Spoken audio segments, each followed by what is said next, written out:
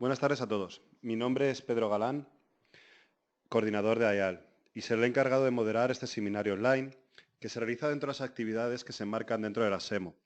La SEMO es la Semana de las Enfermedades Oncomatológicas y en esta presentación del 2016 pretendemos dar nuevos seminarios y llevar nueva información actual y veraz a todos los pacientes hematológicos, a sus familias y al público en general, mostrarle que estas enfermedades existen y el cómo deben afrontarlas una vez que, si se da el caso, les llega o les llega a alguien cercano.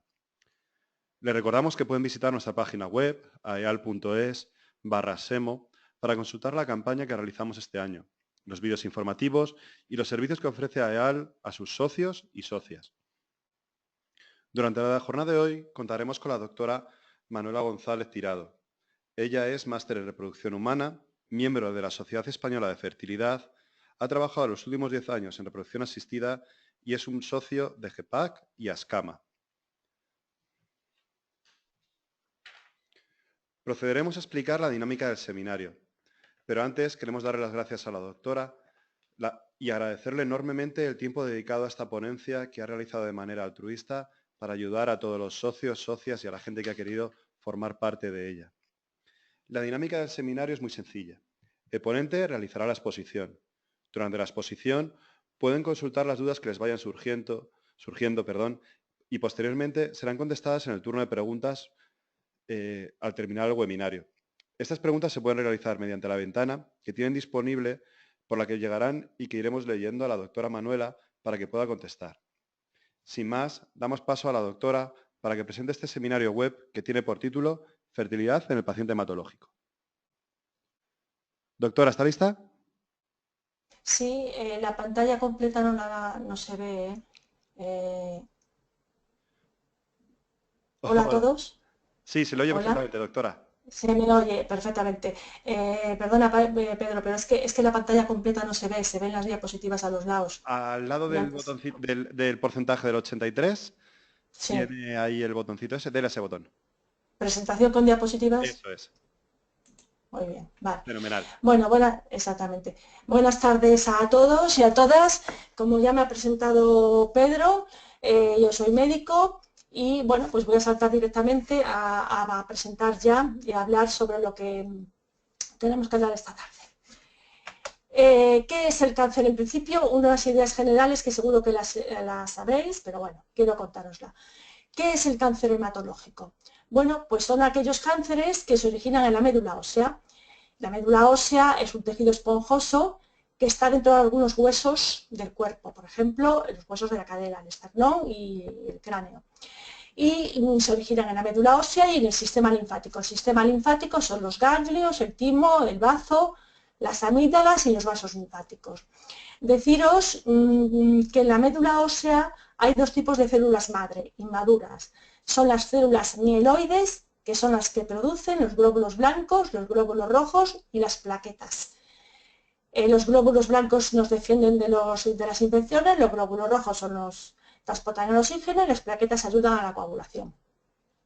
Están también las células madre linfoides, que son las que dan lugar a los linfocitos tipo B, tipo T y unos que se llaman natural killer, o sea, células asesinas, que se encuentran también en los ganglios linfáticos y que son las células encargadas de defendernos. ¿Qué sucede en este tipo de cáncer? Bueno, pues que se produce una proliferación descontrolada de estas células madre, que todavía no están maduradas, y llegan a invadir toda la médula ósea, impidiendo que crezcan las células normales y además invaden otros órganos. Algunos tipos que muchos seguro que los conocéis. La leucemia mieloide aguda. ¿Qué es esta leucemia? Es una proliferación de los mielocitos, que decíamos antes que eran las células madre. Quiero que os fijéis en las letras que están en más negrita. Son el 20% de las leucemias en niños y es la más frecuente en adultos. Hay otra, que es la leucemia mieloide crónica. Son el 15 o el 20% del total de las leucemias. Esta leucemia es poco frecuente en niños. Puede aparecer en cualquier edad, pero es más frecuente en la edad madura o avanzada.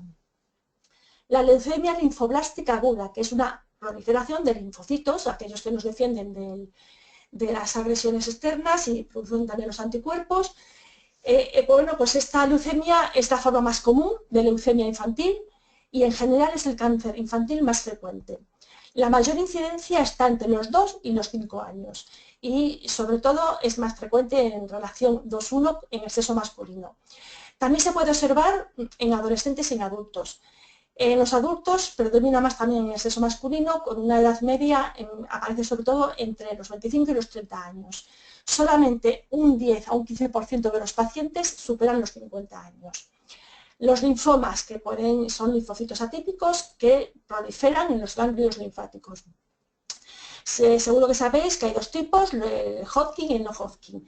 El no Hodgkin afecta sobre todo a los adultos, pero el Hodgkin, que es el 10% de los linfomas, afecta a personas entre 15 y 30 años, más a hombres que a mujeres. No, perdón, más a mujeres que a hombres, perdón.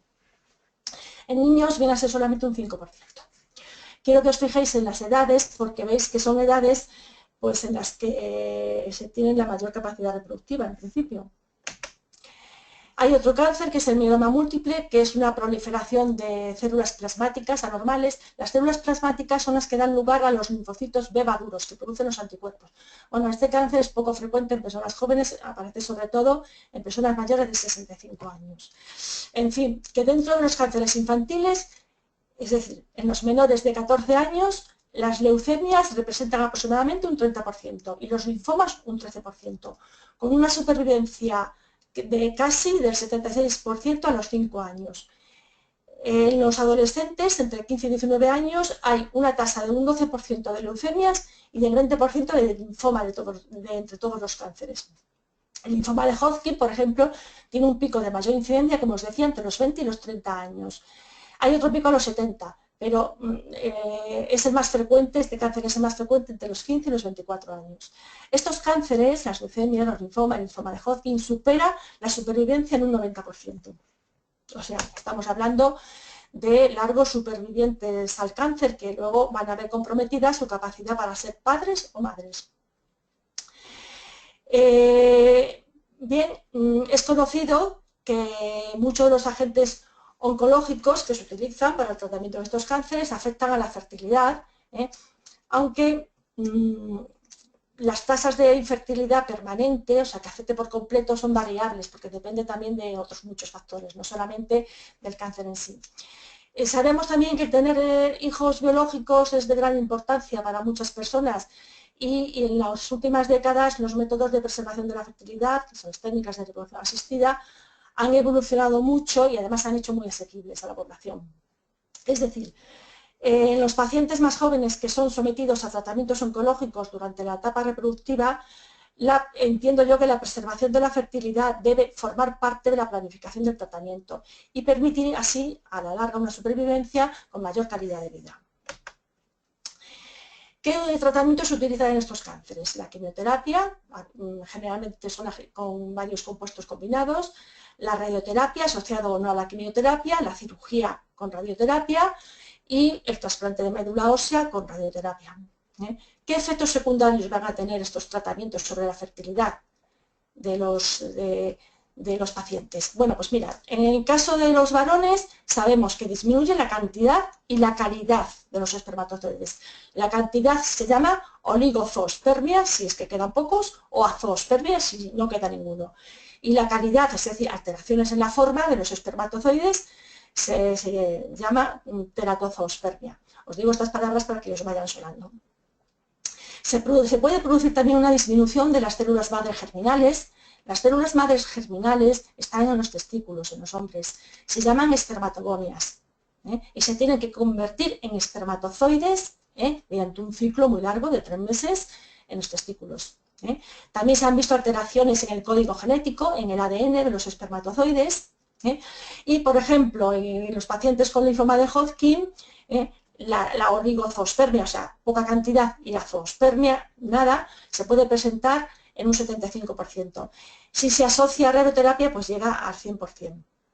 Es decir, que hay que tener en cuenta qué protocolo se va a utilizar o pauta, que seguro que os suena a los que habéis sido tratados de estos cánceres, que se asocian varios, hay unas pautas, unas u otras, y se sabe que algunas son más tóxicas que otras. Perdón. En el caso de la mujer, os tengo que decir que no existen células madre que generen ovocitos maduros fecundantes.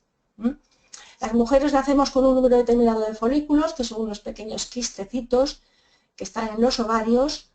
Ahí dentro de esos quistecitos están los ovocitos, que son los óvulos, están inmaduros, y también se producen aquí las hormonas femeninas del ciclo menstrual, los estrógenos y la progesterona. Cuando estamos dentro del útero materno de nuestra madre, pues hay como 6 millones de estos folículos inmaduros. En el nacimiento hay como 2 millones o 1,5 millones.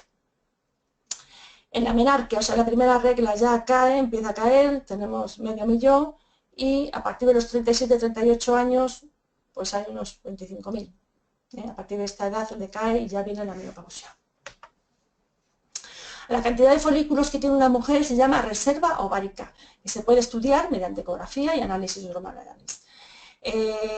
La reserva ovárica de una mujer disminuye con la edad y cuando ya no hay folículos, o quedan muy poquitos, es la menopausia. ¿Qué sucede en las mujeres? Pues que se destruyen los folículos, tanto con la quimio como con la radioterapia, se altera también su proceso de maduración, se puede alterar también el código genético, el ADN, y lo que la mujer va a ver es que pierde la menstruación de una manera transitoria, porque luego hay casos en los que aparece de nuevo después del tratamiento, o definitiva, o sea que no tiene reglas. Los efectos tóxicos en las gonadas, que las gonadas son el aparato reproductor femenino y masculino, testículos y ovarios. ¿De qué va a depender? De los agentes que se utilicen, del tipo de fármaco. Por ejemplo, los agentes alquilantes que se utilizan mucho en los tratamientos de las leucemias, de los linfomas, la ciclofosfamida, el prolambucil, son muy tóxicos. Por ejemplo, la bleomicina, que también se utiliza, la doxorubicina, tienen menos toxicidad. Por ejemplo, el 50% de los varones que han utilizado cisplatino consiguen recuperar valores normales a los 2 años. El metotrexate, que también se utiliza, por ejemplo, tiene muy bajo riesgo en la mujer. Los tasados, que también se utilizan, no se sabe el riesgo. En el caso de las leucemias mieloides crónicas, se utilizan unos compuestos que se llaman inhibidores de la tirosincinasas, que controlan muy bien la enfermedad a largo plazo, pero que no se sabe su efecto sobre la fertilidad. Las terapias inmunológicas también no se sabe su efecto, que se están utilizando últimamente.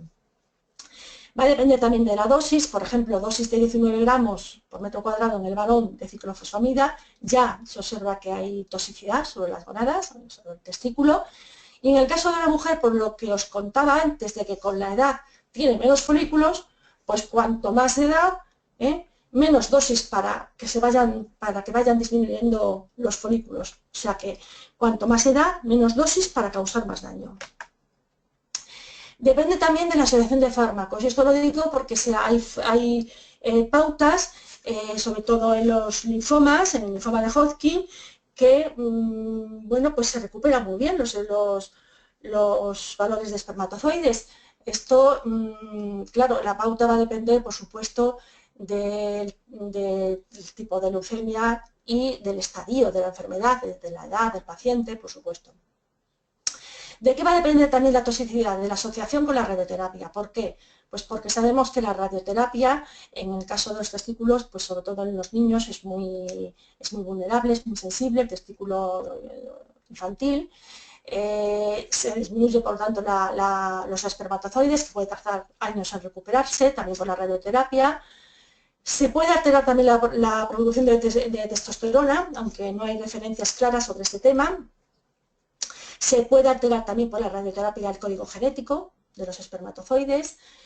Sabemos, por ejemplo, que dosis únicas mayores de 6 Grays producen una zoospermia total, o sea, una pérdida total de los espermatozoides. Y dosis fraccionadas por encima de 3 Grays, pues no está documentado que se recupere la fertilidad.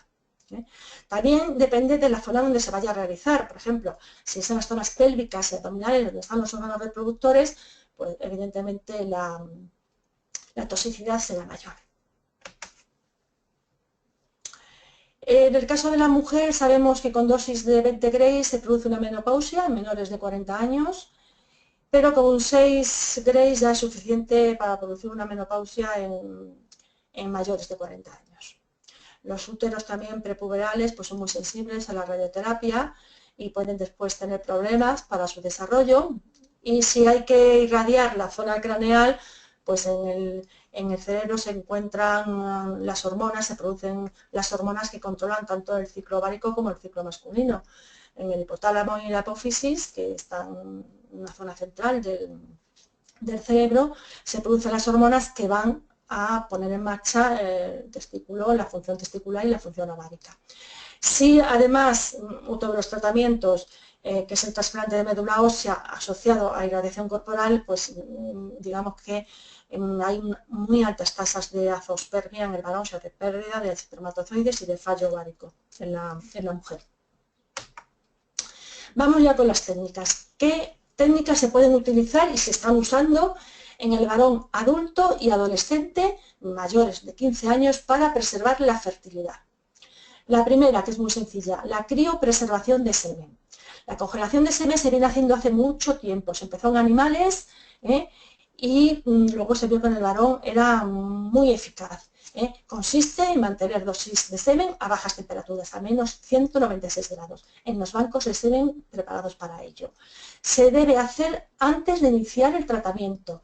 Es decir, que tanto los oncólogos como los cirujanos o otros especialistas, urólogos, deben informar a los pacientes y remitirlos a la unidad de andrología del centro o al banco de semen o a la unidad de reproducción. Y si en ese hospital no hay, pues ponerle en contacto con el centro de referencia. Hay un centro de referencia para estos temas en cada comunidad. En Madrid es el Hospital Gregorio Marañón. En Valencia sé que es la FE de Valencia, el hospital. En cada comunidad debe tener su regulación para mandar a los pacientes que quieran preservar la fertilidad de hombres y mujeres. Bueno, seguimos con el varón. Las muestras que tiene que dejar el varón. Bueno, previamente hay que hacer un análisis de sangre, de enfermedades de transmisión sexual. Esto está regulado por ley en España y en casi todos los países. Hay que hacer un análisis de VIH, de hepatitis B y C y de sífilis. Las muestras que se dejan pues va a depender de la calidad de la primera y teniendo en cuenta que el 20% de la movilidad espermática se pierde después de la descongelación. Generalmente, si el semen es normal, con una o dos dosis suele ser suficiente y se congela en fracciones pequeñitas para después tener mayor disponibilidad. El tratamiento es muy sencillo y muy fácil de obtener. Se obtiene en general la muestra por masturbación. Si ya se ha iniciado el tratamiento y se quiere seguir y se quiere congelar semen, bueno, hay que informar de que puede haber alteraciones genéticas generadas por el tratamiento y que pueden causar a la larga problemas en la descendencia. Digamos que la congelación de semen es algo muy sencillo y es algo muy asequible y que yo pienso que a todos los varones, adultos, jóvenes, adolescentes, a partir de los 15 años, es bastante probable que se pueda recoger muestras. Otra técnica que se usa es la criopreservación, o sea, la conservación en frío de una muestra del tejido testicular. Se recoge mediante biopsia. Así, aunque suene muy fuerte, es un método muy sencillo y se hace con anestesia local. Esa muestra se congela y de ahí, de esa muestra, se pueden coger después los espermatozoides para fecundar los óvulos de la mujer, de la pareja. Seguimos con el varón. Una vez terminado el tratamiento, se debe esperar al menos un año a 18 meses o incluso 2 años para intentar un embarazo. Y antes hacerse un análisis de semen. El análisis de semen normal se llama seminograma. El seminograma valora la cantidad de espermatozoides, la calidad, la movilidad. Si la muestra es buena, se puede intentar el embarazo por vía natural. Y si no es buena y no se consigue, bueno, en principio, si no se consigue el embarazo, aunque sea buena, en 6 meses o un año, dependiendo de la edad, sí que se aconseja utilizar la muestra congelada y hacer una técnica de reproducción asistida.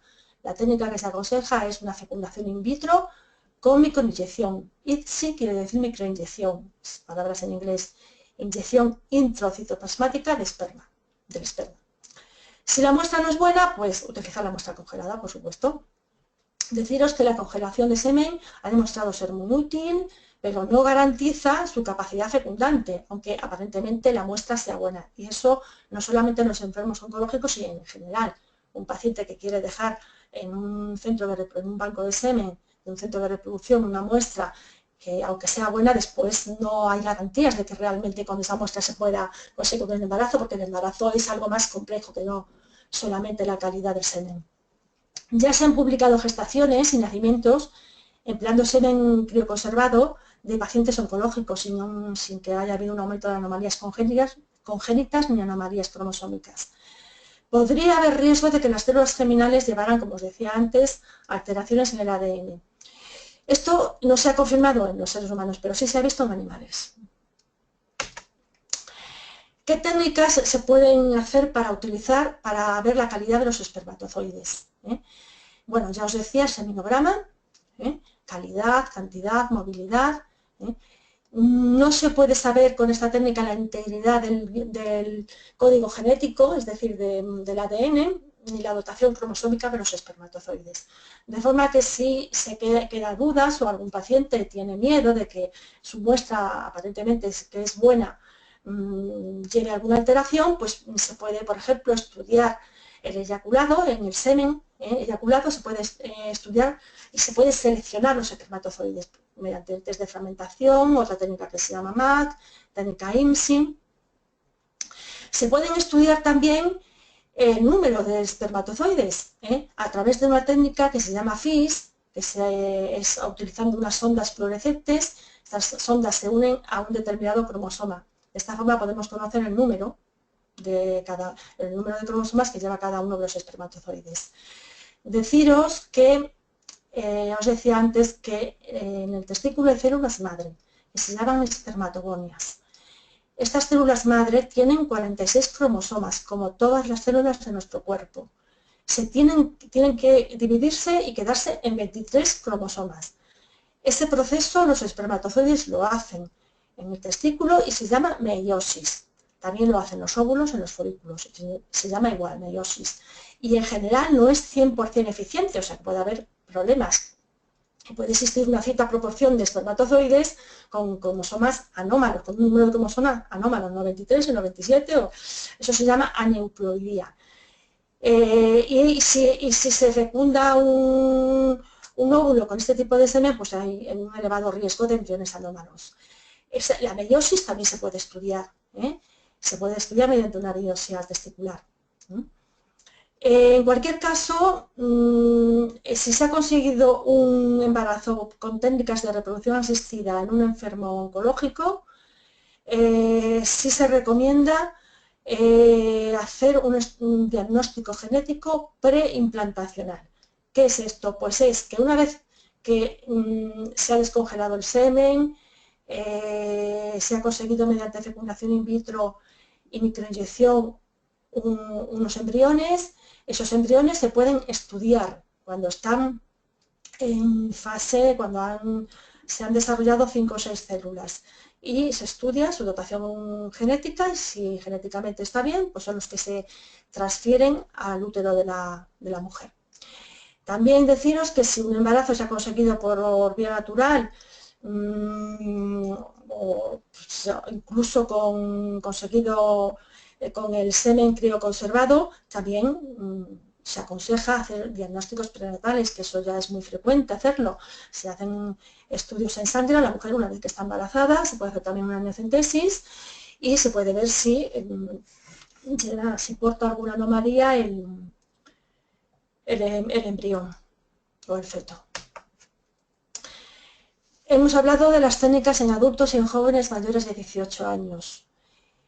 ¿Qué técnicas se pueden utilizar en niños? Pues aquí está la cosa más complicada, porque se podría hacer una biopsia del tejido espermático y congelarla y luego implantarla y madurarla. Este procedimiento está en experimentación y hay mucho todavía por estudiar, no se usa habitualmente. Se puede, en el caso de radioterapia, pues proteger la zona pélvica con los delantales, ¿no? Es de dudosa eficacia también. Y también se está investigando suprimir la función testicular. Decíamos antes que la función testicular se pone en marcha por unas hormonas que se producen en el hipotálamo y en la hipófisis, en el cerebro. Bueno, pues existen unas hormonas que se llaman análogos de la hormona liberadora de gonadotropinas, que esta AGNR es como se conoce, y son inyectables, también hay uno intranasal. Bueno, se podrían poner en el paciente oncológico. Esto lo que haría sería detener el proceso de maduración de los espermatozoides y protegerlos. Se está estudiando mucho, incluso hay sociedades científicas que invitan a los pacientes a hacerlo, pero se considera una técnica experimental, no se sabe del todo su eficacia. Ya os digo que está en estudio tanto en hombres como en mujeres.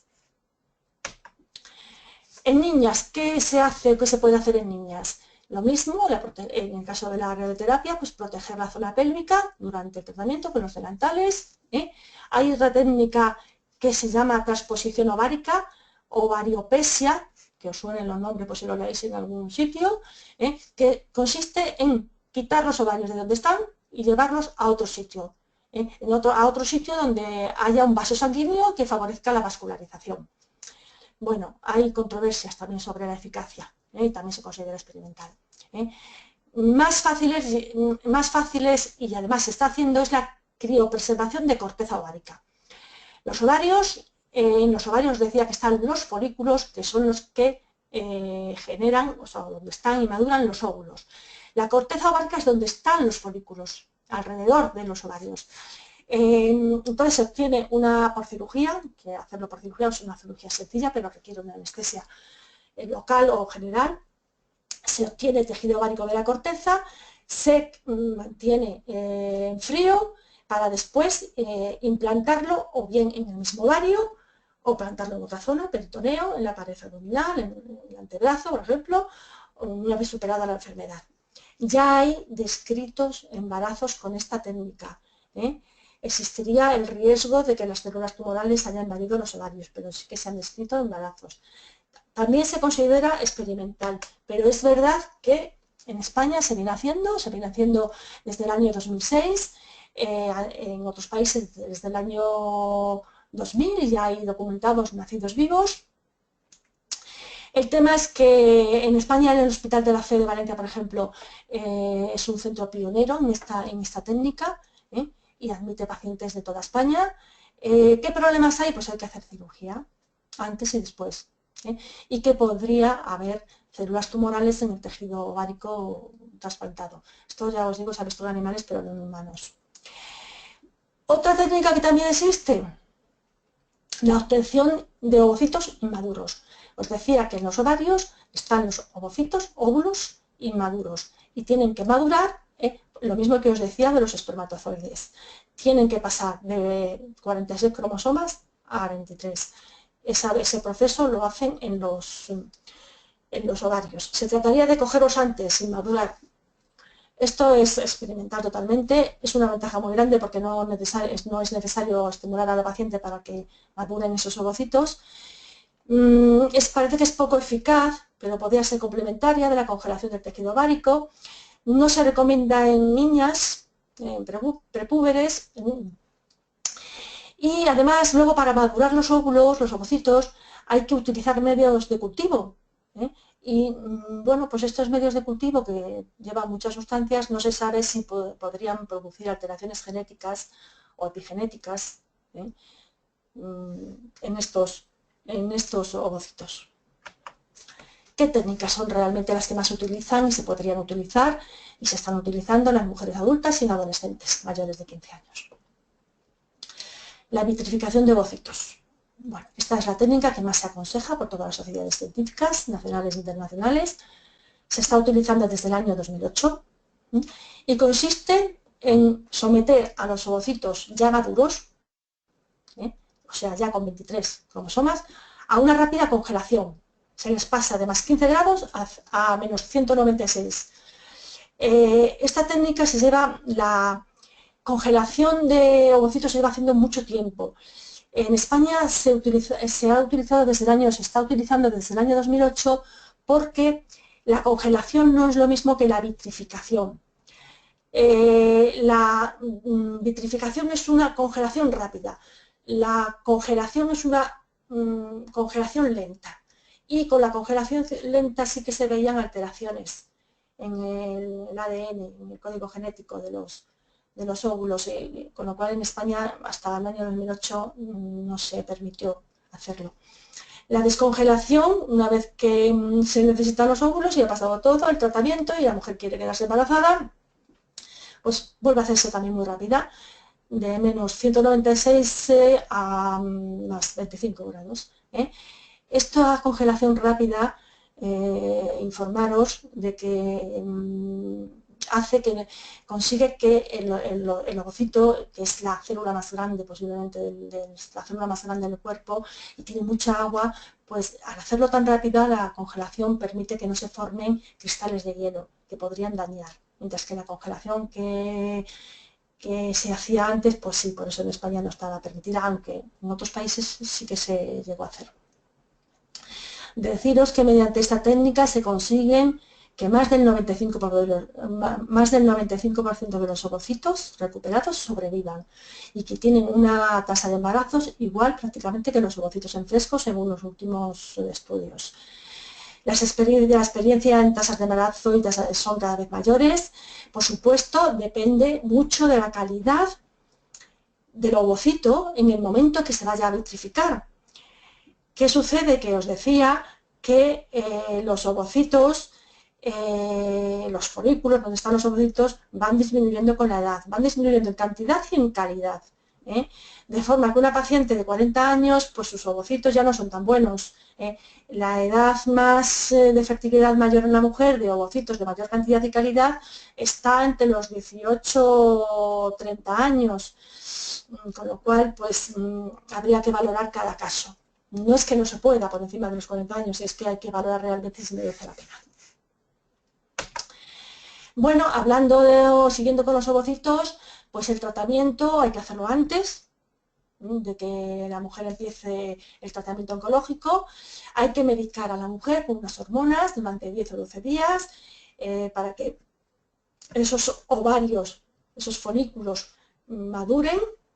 Así en una ecografía, una vez que se han madurado los folículos, después de los 10 o 12 días de tratamiento, se ven así. ¿Veis? Esta foto es una foto de una ecografía, estos son los folículos, dentro está el óvulo, no se ve, pero esto a través de la vagina se pinchan y se extrae, se aspira y se va sacando el óvulo, luego se pasan esos óvulos al biólogo y mira su calidad. Y los que están bien, pues los vitrifica. Es una técnica muy eficaz, ya os digo, y que muchas sociedades médicas recomiendan ya en su guía porque consideran que ya hay suficiente experiencia.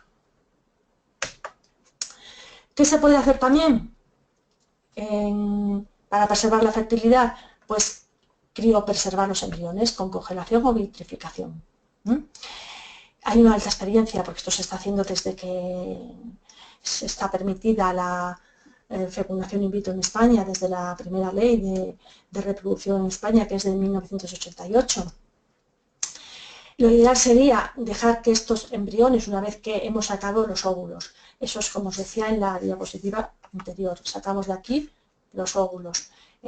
El biólogo ve la calidad. Si la mujer tiene pareja, si la mujer tiene pareja o con semen de donante si quiere, se consiguen embriones, esta es la forma de los embriones, esta figura que veis aquí. Lo ideal sería dejarlos durante 5 o 6 días en evolución en el medio de cultivo y luego vitrificarlos. Incluso hoy día lo que se puede hacer es coger una célula, analizar los cromosomas que tiene y de todos pueden ver la calidad, ver si están bien y vitrificar solo los que están bien, porque el ser humano la realidad es que genera embriones anómalos de por sí, no solamente los enfermos oncológicos. Bueno, requiere pareja, como os decía, requiere estimulación ovárica, punción, extracción de los ovocitos y luego los embriones pues se dejan en el banco de semen, se pueden dejar ahí, no se deterioran para nada y hay mucha experiencia. Cuando la mujer o la pareja los quiera utilizar, los tiene disponibles. Lo único que hay que hacer es transferirlos, es decir, cogerlos con una pipeta, se cogen con una pipeta los embriones, 1, 2, en España se permite hasta 3, lo ideal es poner 1 y además si está analizado, pues perfecto, se sabe que es un buen embrión. Se pone directamente con una cánula dentro del útero. Estas son técnicas que se utilizan todos los días en los centros de reproducción asistida. Otras opciones que quiero que consideréis, porque bueno, pues a veces los óvulos no son buenos, el semen no es bueno, o la mujer no ha vitrificado y ya sus óvulos después del tratamiento son pocos y no consigue el embarazo. Bueno, pues existe la donación de ovocitos. Es legal en España, tiene unas técnicas, tiene unas tasas de embarazo muy altas, se está haciendo en España desde hace mucho tiempo. ¿Por qué? Pues porque son ovocitos de mujer en edad fértil, mujer sana, estudiada, con todos los análisis, se le hace además un estudio genético, digamos que da unas altas tasas de embarazo y es una técnica aconsejada. También la donación de semen y lo mismo, ambos son legales y además el semen se realiza antes para saber si es de calidad. Si es de calidad se coge y no se desecha. Es decir, que es algo que yo pienso que es a considerar, no solamente por los pacientes oncológicos, sino también por la población en general y por supuesto mucho más por los pacientes oncológicos que vean que no es posible de otra forma. Incluso a las donantes deciros que se les hace un estudio físico-psíquico, o sea que a unos y a otros, o sea que realmente es técnica de fiar. Otra técnica sería la donación de embriones. También se donan embriones en España. Las parejas que ya han conseguido su deseo reproductivo y que les quedan embriones, pues algunas los donan. Los donan a otras parejas. Lo único que tiene que hacer en este caso la mujer que los va a recibir es preparar el endometrio, que es la capa interna del útero, para poder dejar allí los embriones. Se pueden incluso poner los embriones con el ciclo natural de la mujer. Si la mujer tiene ciclo, pues en la segunda fase del ciclo se cogen los embriones y se introducen dentro del útero con una sonda. Otra técnica que os pongo aquí, porque es algo que se está hablando mucho en los últimos días, en las últimas semanas, es la subrogación uterina, lo que se llama vientre de alquiler. Bueno, la subrogación uterina es que una mujer ceda su útero a una pareja para que allí se puedan transferir embriones de la pareja o embriones conseguidos con los óvulos de la pareja y con el semen de su pareja o con embriones donados, da lo mismo, con óvulos donados, y ponerlos en el útero de esta mujer que se presta a ello. Esta técnica está prohibida ahora mismo en España. Sé que se está trabajando mucho por la regulación y por conseguir la legalización, pero hoy por hoy las personas que lo han hecho en España se han tenido que ir a otros países. En concreto, el sitio parece ser más fiable es Estados Unidos. Estados Unidos y Ucrania incluso. Luego el tema es que, por supuesto, requiere que el útero esté intacto, que no haya problemas, pues,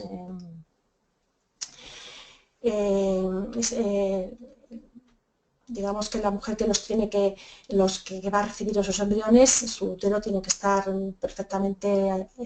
ser perfectamente adecuado y por supuesto sería la única alternativa en el caso de que haya tenido la mujer un cáncer que haya requerido la extirpación o le haya quedado mal el útero. Ya os digo que no está permitido y actualmente hay problemas incluso para la afiliación de estos niños que han nacido fuera y que los quieren sus padres o sus padres y madres inscribir en el registro civil. Otra opción sería la adopción. Esto existe, la posibilidad en España y también fuera, aunque según cuentan las parejas es cada vez más difícil.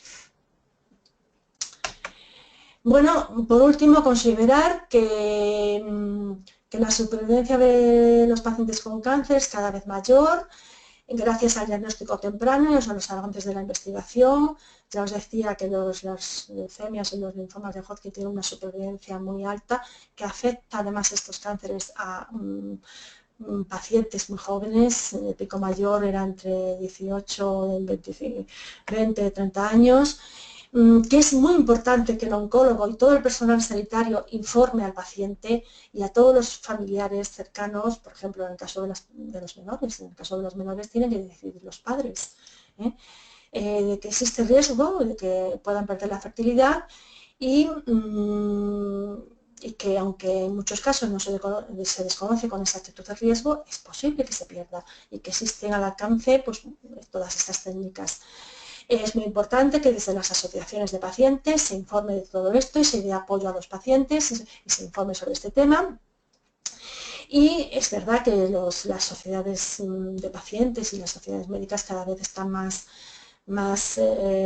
interesadas en este tema y más concienciadas, y podéis encontrar información pues, en la Sociedad Española de Oncología Médica, en nuestra asociación, en la Asociación Española contra el Cáncer, en la Sociedad Española de Fertilidad, en la Sociedad Española de Ginecología y Obstetricia, en la Fundación Josep Carrera hay mucha información también sobre el tema de los linfomas y de las leucemias. Y por último deciros que la última ley de reproducción asistida que hay en España, la primera fue en el 88, en España está todo esto regulado, todo lo que está permitido, ya os decía antes que la subrogación uterina, ¿no? Bueno, pues la última ley es del año 2006, existen una serie de reales decretos que aquí están puestos, para que sepáis que está todo muy regulado, que existe también regulación europea sobre la criopreservación y el trasplante de tejidos humanos, y podéis encontrar sobre este tema, pues podéis encontrar una serie de libros, por ejemplo, el doctor Justo Callejo, que preside el grupo de trabajo sobre preservación de la fertilidad en la Sociedad Española de Fertilidad. Hay un libro sobre la preservación de la fertilidad en los pacientes oncológicos. En concreto, además, hay un documento sobre el linfoma de Hodgkin. También hay otros, un manual práctico de esterilidad y reproducción humana de otros autores. Como os decía, en la SEF, la Sociedad Española de Fertilidad, hay un documento específico de la preservación de la fertilidad en el varón. También sobre la criopreservación de los ovocitos. También podéis encontrar documentos, ya os decía antes, en la Sociedad Española de Oncología Médica. Este documento que os decía que existe para la preservación de la fertilidad en pacientes con linfoma de Hodgkin. Y también existe un libro firmado por Fernando Avellán, que es el abogado de la SEF sobre estos temas, de la Sociedad Española de Fertilidad, en todos los temas legales y éticos que existen sobre este tema, y Javier Sánchez Caro. No os he dicho algo que, os decía, entre las opciones, hay algo que todavía no se habla, pero que es posible que se empiece a hablar, que es la donación de úteros. Esto es algo que está ahí, igual que se dona, pues un riñón. No lo pongo porque, no lo he puesto porque es verdad que yo no he encontrado ningún estudio, pero es algo que ya en nuestras sociedades científicas se está hablando. O sea que el futuro realmente es prometedor y yo creo que para los pacientes con este tipo de los cánceres hematológicos, que ocurre en personas con edades tan tempranas, hay mucha esperanza de que luego puedan llevar una vida absolutamente normal, como cualquier ciudadano, con su familia, pueden ser padres, madres, si ellos lo quieren, y tener una mejor calidad de vida. Bueno, pues por mi parte, muchas gracias por escucharme y si tenéis alguna pregunta, pues vamos a ello. Pues muchísimas gracias, doctora. Agradecerle esta presentación y que haya sido tan didáctica y tan cercana. Sí. Nos han llegado alguna pregunta que paso a preguntarle. Sí. La alteración de fertilidad en pacientes femeninas en tratamiento de Dasatinib en una paciente de 25 años con 7 años de tratamiento. Dasatinib. Disculpe, que es que un momentito que creo que lo he leído mal. A ver, lo voy a apuntar mal. Dasatinib. Dasatinib. Bueno, habría que ver exactamente a qué grupo pertenece la satiliz, ¿eh? Realmente yo no lo sé, ¿eh? Eso sería cuestión de preguntárselo al oncólogo. Yo sé que los agentes dentro del grupo de los alquilantes pues son muy tóxicos, ¿eh? No sé si es un alquilante ese, los antimetabolitos también, la propagacina, no sé a qué grupo, realmente no la puedo contestar porque no sé a qué grupo, desde luego si ha estado en tratamiento 7 años, realmente decía antes en la presentación que se puede estudiar la reserva folicular de una mujer mediante análisis hormonales, que son muy sencillos, y mediante una ecografía. Yo creo que es bueno que se lo hiciera esta paciente Sí, y, doctora, y disculpe, me sí, dice que es un inhibidor de la de la tirosinfinasa, sí, quinasa para sí, sí, sí, sí, sí, sé cuál es. Un segundo que es que mostrar, es que me he ido de la pantalla. Ya no sé dónde lo tengo que poner. Bueno, para verla completa. para verla completa, sí. Sí, abajo, en donde está el 83%. Ah, bien, perfecto, perfecto. Ya, se me había ido. Se me había ido. La tirofin 85, aquí, un momento. Bien. Esto lo decía aquí, que este compuesto tiene una supervivencia muy alta. Vamos a ver si lo encuentro. Pero no se sabe, no hay estudios. Se piensa que podría ser teratogénico. Teratogénico quiere decir que si una mujer se embaraza puede tener embriones anormales. Se piensa que sí, pero es que no hay estudios. Es muy difícil hacer estudios, muy difícil hacer estudios, no sé por dónde tengo yo la tirosina, los inhibidores, aquí están, los inhibidores de la tirosinfinasa se usan en las leucemias mieloides, controlan muy bien, pero se desconoce su efecto sobre la fertilidad y sobre la teratogenicidad, que creo que es lo que pregunta ella, que si podría haber alteraciones genéticas, se desconoce, se piensa que es posible que los hubiera.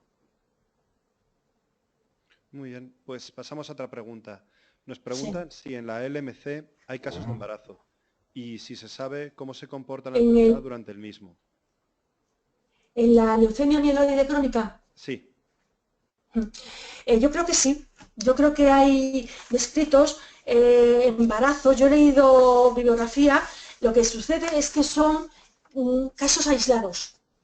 Lo que yo he leído es que son casos aislados, con lo cual no son estudios científicos totalmente aceptados, pero sí que en esta leucemia mieloide crónica parece que sí, que hay embarazos y que no hay una tasa mayor de anormalidades comparado con embarazos en personas que no han tenido este cáncer, o sea, que no tienen cáncer. Lo que sucede es que son casos muy pequeños, 5 o 6 casos, entonces eso, la verdad es que si una persona tiene una leucemia mieloide crónica y se embaraza, yo creo que lo más sensato es hacer una técnica de reproducción y como hoy día es muy fácil, sí, es fácil, se hace el estudio genético de los embriones, diagnóstico genético preimplantacional, pues asegurarse antes de que el embrión está sano. Tiene una fiabilidad de esa técnica de casi un 97%, con lo cual yo creo que ante la duda, que ya digo que los estudios son muy escasos, porque además todo este tema se está empezando a ver ahora y para darle evidencia, pues para que sea recomendable, pues necesitan muchos estudios muy claros, que no los hay. muy bien. Una pregunta. Sabemos que no se está informando de estos temas en muchos casos los oncólogos antes de los tratamientos. ¿Qué piensa usted Sí, que podemos sí. hacer para cambiar esto?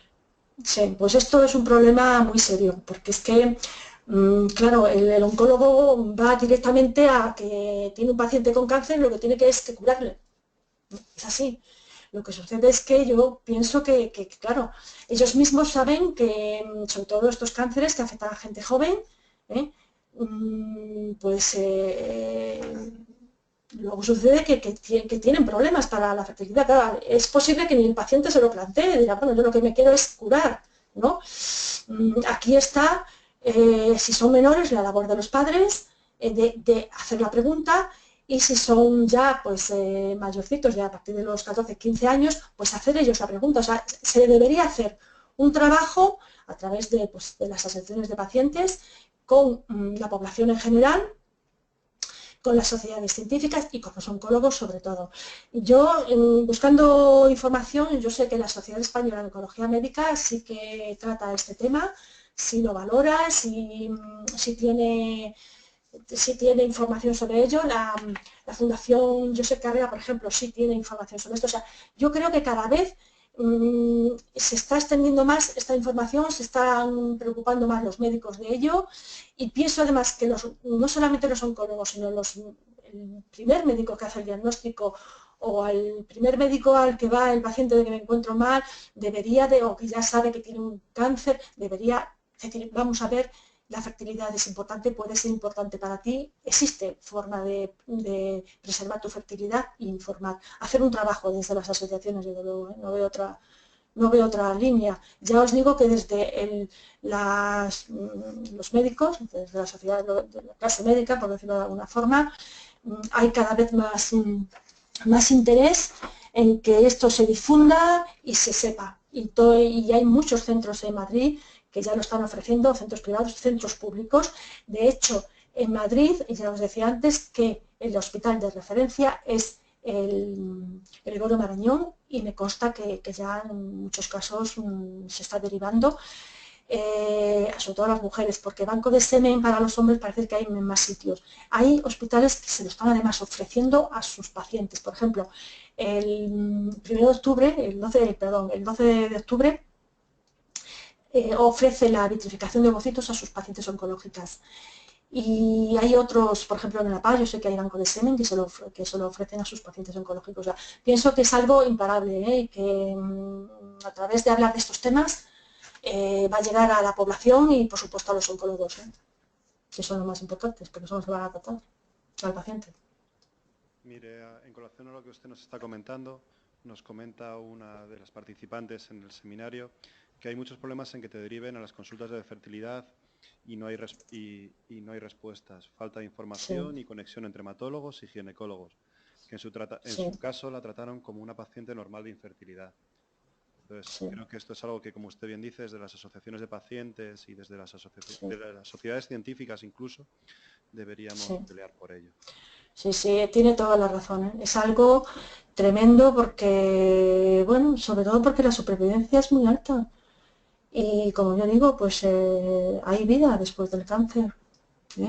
Y esto es un tema, yo no he trabajado nunca en centros públicos, he trabajado en un centro de reproducción asistida donde este tema es muy sensible, y nos reunimos con otros centros y lo hablamos y lo queremos difundir. Y en la Sociedad Española de Fertilidad se puede meter en la página web cualquier persona y hay un grupo de trabajo sobre preservación de la fertilidad, con documentos sobre preservación de la fertilidad en pacientes oncológicos.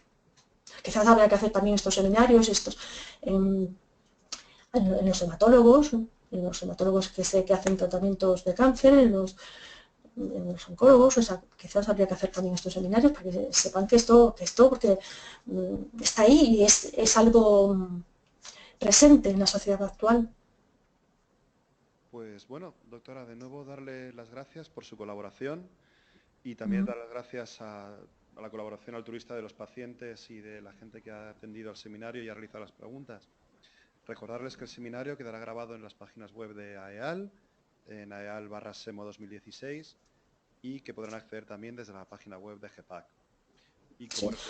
Una cuestión, perdona, que no se me ha olvidado. Podéis poner mi correo electrónico por si alguien quiere consultarme. No lo he puesto porque la verdad no se me ha ocurrido. Mi correo electrónico es mgonzalez@telefónica.net. Muy bien. Estoy encantada. Sí, doctora. ¿Lo has cogido? Sí, sí, sí. mgonzalez, Sí. Lo podéis poner porque estoy encantada de poder ayudar a cualquier persona que me escriba o me llame. Muy bien, lo pondremos al lado de su nombre en la De- presentación cuando colguemos sí, el sí, sí. seminario. Ahí que no sé qué se me ha pasado. Muy bien. Muy Y bien. nada, pues eso, como reflexión final, ver que veamos que es importante que se dé información sobre este tema, porque en cualquier momento puede ser importante para cualquier persona, que como usted bien ha dicho, que hay vida después del cáncer y también hay vida durante el cáncer, Y también, efectivamente. y que Sí, hay ahora mismo muchas técnicas, hay nuevos métodos y se sigue investigando en esto. Así que, así bueno, es. a todos ustedes, muchas gracias y muy buenas tardes. Muchas gracias.